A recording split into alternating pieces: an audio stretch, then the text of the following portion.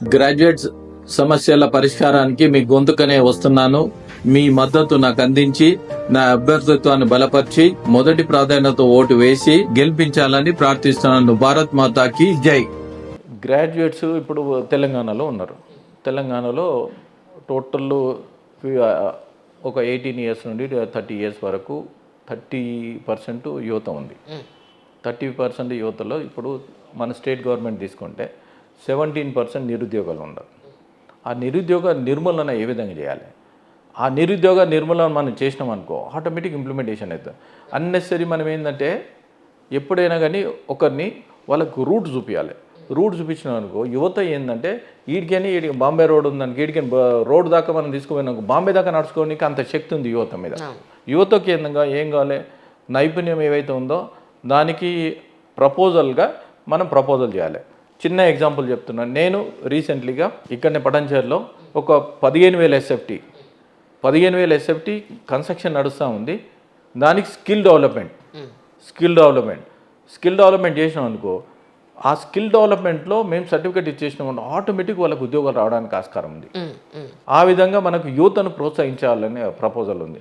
యువత ఎప్పుడైతే పనిచేస్తారో వాళ్ళ ఫ్యామిలీ బాగుంటుంది.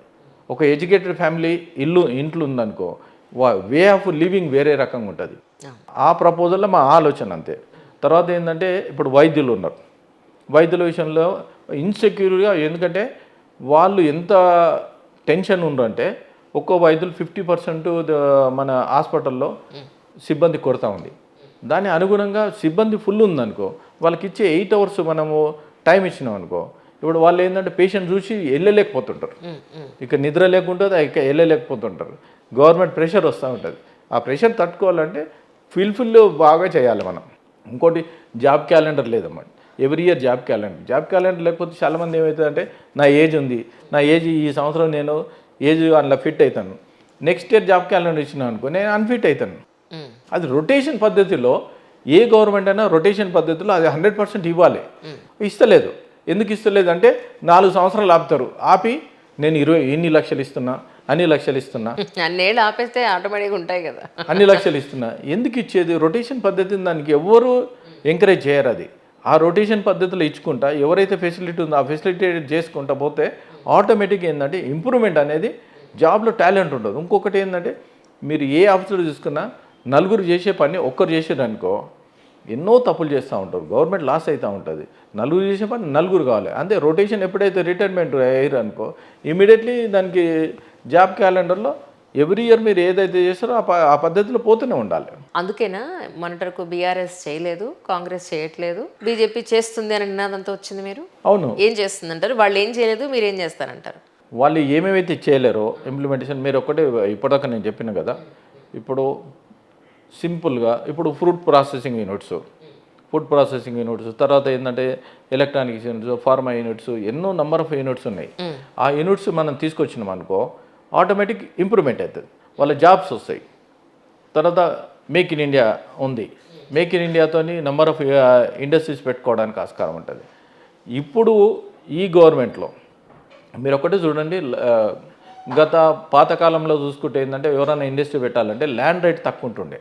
ల్యాండ్ రేట్ తక్కువ ఉంటే ఇండస్ట్రీ పెట్టడానికి నెంబర్ ఆఫ్ పీపుల్స్ వస్తారు. అది ఇంప్లిమెంటేషన్ చేస్తాం. ఇప్పుడు మహారాష్ట్రలో ఉంది. మహారాష్ట్ర ఓన్లీ లీజ్ బేస్ ఉంటుంది. లీజ్ బేస్ ఉందనుకో వాళ్ళు ఇండస్ట్రీ పెట్టాలి. ఇండస్ట్రీ పెట్టిందనుకో ఎవరైనా పెడతారు. Lease base is getting purchase చేయకుండా లీజ్ బేస్ ఉందనుకో తక్కువ రేట్ అవుతుంది. మిషనరీ బిల్డింగ్ కట్టుకోవాలనుకో నంబర్ ఆఫ్ యూనిట్స్ వస్తాయి. ఎప్పుడైతే నంబర్ ఆఫ్ యూనిట్స్ వచ్చినాయనుకో దేశం బాగుపడుతుంది. వాళ్ళకు జిఎస్టీ రూపం కూడా అమౌంట్ కూడా బాగా వస్తుంది. అంటే మీ వరకు వ్యవసాయదారుల కుటుంబం, మీ పేరెంట్స్ దగ్గర నుంచి. అవును. మీరు పడ్డ ఒడిదుడుకులోనంటే ఏం చెప్తారు? ఎందుకంటే మీ ఫ్యామిలీలో మీకన్నా ముందు ఎవరు పెద్దగా బిజినెస్ చేసింది లేదు. మీకన్నా ముందు మీ ఫ్యామిలీలో రాజకీయాల్లోకి వచ్చింది లేరు. అప్పుడున్న ఆర్థిక పరిస్థితి ఏమిటి? మీరు పడ్డ కష్టం అంటే ఏం చెప్తారు? ఇప్పుడు మా ఫాదర్ అగ్రికల్చరిస్టు, తర్వాత మా బ్రదరు బిజినెస్ స్టార్ట్ చేసి ఇండస్ట్రీ స్టార్ట్ చేశాను. నేను చదువుకుంటూ ఏంటంటే ఎంఎస్సి చదివే లోపల ఒకసారి తనకు ఇంకో తోడు అవసరం ఉండి నన్ను కూడా డైవర్ట్ చేయడం జరిగింది. అప్పటి నుంచి ఆ ఇండస్ట్రీలో పోవడం జరిగింది. పోయిన తర్వాత క్లబ్ చేసి నేను పోయిన తర్వాత మా బ్రదర్ వచ్చిన తర్వాత మా చిన్న బ్రదర్ వచ్చాడు. ఇట్లా నలుగురు ఇండస్ట్రీస్ని ఎంత డెవలప్ చేయాలో అంత డెవలప్ చేసి ఈరోజు ఎంప్లాయ్మెంటు ఇంచుమించుగా మా దగ్గర 2,000 మంది ఎంప్లాయీస్ పనిచేస్తూ ఉంటారు, వాళ్ళ జీవనోపాధి అవుతుంది. అదే మాకు చాలా హ్యాపీ ఫీల్ అవుతుంది. ఎందుకంటే ఒక 2,000 కుటుంబాలు మా మీద డిపెండ్ అయి ఉన్నది. దీన్ని కంటిన్యూ మెయింటైన్ చేయాలి. ఎంత మెయింటైన్ చేస్తే వాళ్ళ దీవెన్నే మాకు ఆశీర్వాదం అంటుంది. రైట్. ఆ టాలెంట్తోనే యూత్కి ఏ విధంగా పోవాలి. చిన్న ఎగ్జాంపుల్ చెప్తాను. చాలామంది అన్ఎంప్లాయ్మెంట్ ఉంది. ఎక్కడైతే ఇప్పుడు పాషమైలార్ ఉంది, పడంచేరు ఉంది, బొల్లారం ఉంది, అవన్నీ ఉండేది. ఎంప్లాయ్మెంట్ ఏ విధంగా తీసుకురావాలో చెప్తాను. ఇప్పుడు అక్కడ ఒకటి ట్రైనింగ్ క్లాస్ పెట్టి ఎస్ఎస్సి, ఇంటర్మీడియట్, డిగ్రీ స్టూడెంట్స్కు మేము ట్రైనింగ్ ఇస్తాం. అలా స్టైఫెండ్ ఇచ్చుకుంటే ట్రైనింగ్ ఇస్తాం. ట్రైనింగ్ ఇచ్చి అక్కడికి జాబ్స్ ఏ కంపెనీకి అవసరం ఉందనుకో, లోకల్ ప్రిఫరెన్స్ ఇక్కడ నుంచి జాబ్స్, అప్పటిదాకా ఎక్స్పీరియన్స్ లేదంటారు. మేమే 1 year అప్రెంటిస్ టైప్ మేము పంపిస్తూ ఉంటాం ప్రతి కంపెనీలో. ఎవరైతే మంచి టాలెంట్ చేస్తారో వాళ్ళు రిక్రూట్మెంట్ చేసుకుంటారు. ఆ విధంగా ఎంప్లాయ్మెంట్ చేస్తాం మేము. ఇన్ని చూసుకుంటూనే మళ్ళీ మీరు ఇంట్లో మీకు మిస్అండర్స్టాండింగ్స్ ఏ రావండి నిజంగానే? ఎంత పని ఉంటే అంత, ఇంకా టైం తక్కువ ఉన్నప్పుడే వాళ్ళు ఫుల్ హ్యాపీ ఉంటారు వచ్చినప్పుడు. అంతేనా? అడుగుతానండి మేడం, పిలుస్తాను ఇప్పుడు నేను.